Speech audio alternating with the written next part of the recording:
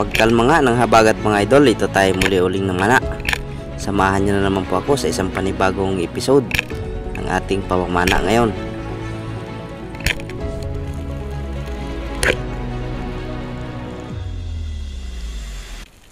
Dito mga idol, hindi na tayo nakapag-intro gawang tinitipid natin yung battery ng ating GoPro. Nakakita tayo dito ng malaking isda na sobrang labo, hindi po masyadong malinawan kung ano yung napana ko. Ito, hinana ko na lang mga idol.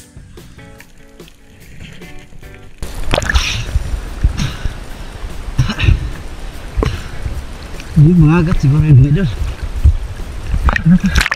Pagkatapos manghina ng isda mga idol, binalikan ko na. Yung pala ay isang mangagat ang tawag dito sa lugar namin. Malaki na ito. Ito yung unang huli natin sa unang araw ng pamamana natin pagkatapos kumalma ng habagat dito sa aming lugar.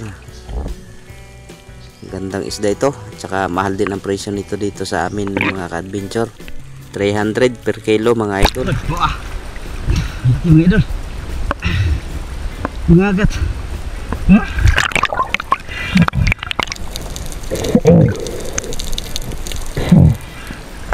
Mamaw.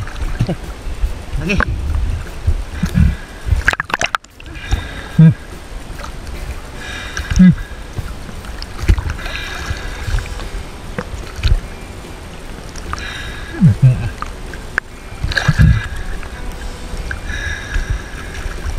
Dito tayo, namamana tayo dito sa Katunggan. Isa tayong Margo. Mga idol, tayo mauwi na. Tama na yan. Laki ng dagat oh. Labo pati. Huli tayo ng 2 piraso, isang samaral tapos isang Margo. Laki oh.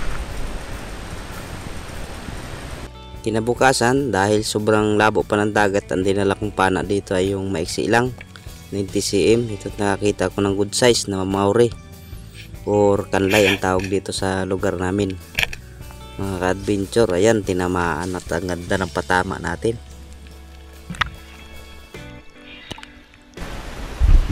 Skyshot mga idol. Good size nito mga rin.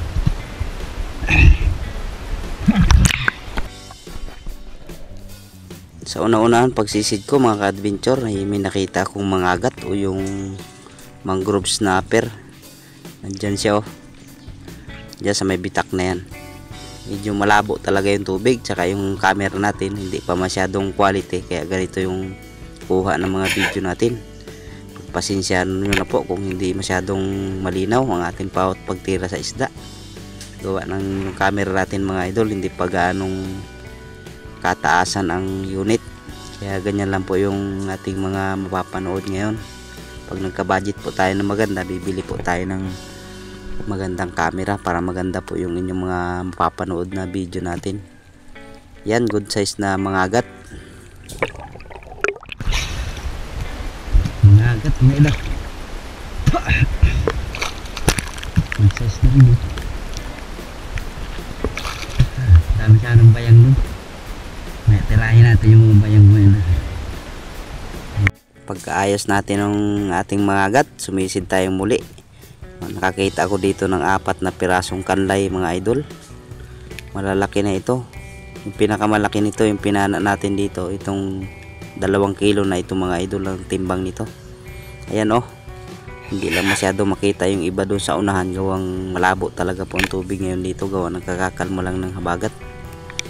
Butit pataas ang langoy ng isda, hindi na tayo nahirapan, baka kasi sumuot sa bato mahirapan tayong magkuha.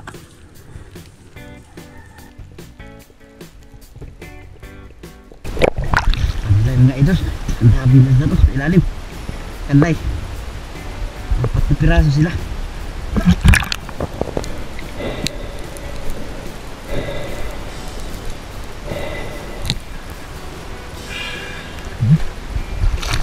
Good size nito mga idol.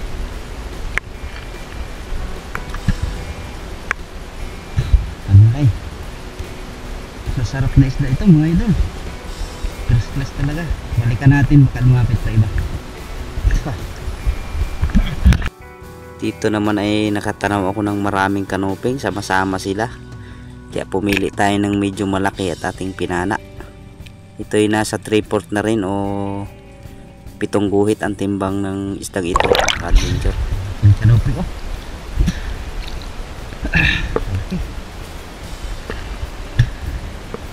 Tirahin natin ang tirahin. Dami dyan na mga idol, oh. Kanunguping ulit ang sumunod natin target dito. Tinira ko na ng tinira ito, gawang maliit lang naman yung pana natin mga idol. Hindi tayo nahihirapan magkasa. Sayang din naman ang bawat sisid kung wala tayong matitira. At dito sa last sisid natin, ito yung huling isda natin. Inabangan ko yung bayang dito, sama-sama sila. Dalawa yun magkadikit yung tinira ko na yun. Ang tinamaan na yung maliit lang. Ayos na ito, maganda ito tinuyo mga idol. Maliit at tinama. Shoutout po pala sa mga bagong kaibigan natin, bagong subscribers natin sa atin pong Muntin Channel. Kunti na lang po mga ka-adventure, 1,000 na po yung ating subscriber. At yun nga tayo umuwi na rin, gawang gabi na rin naman. Ito yung lahat ng huli natin mga ka-adventure. Bali kumita tayo lahat-lahat ng 1,600. Hanggang sa muling episode mga ka-adventure. Thank you for watching po. Ingat po kayo palagi. Maraming salamat po sa patuloy na suporta at panonood.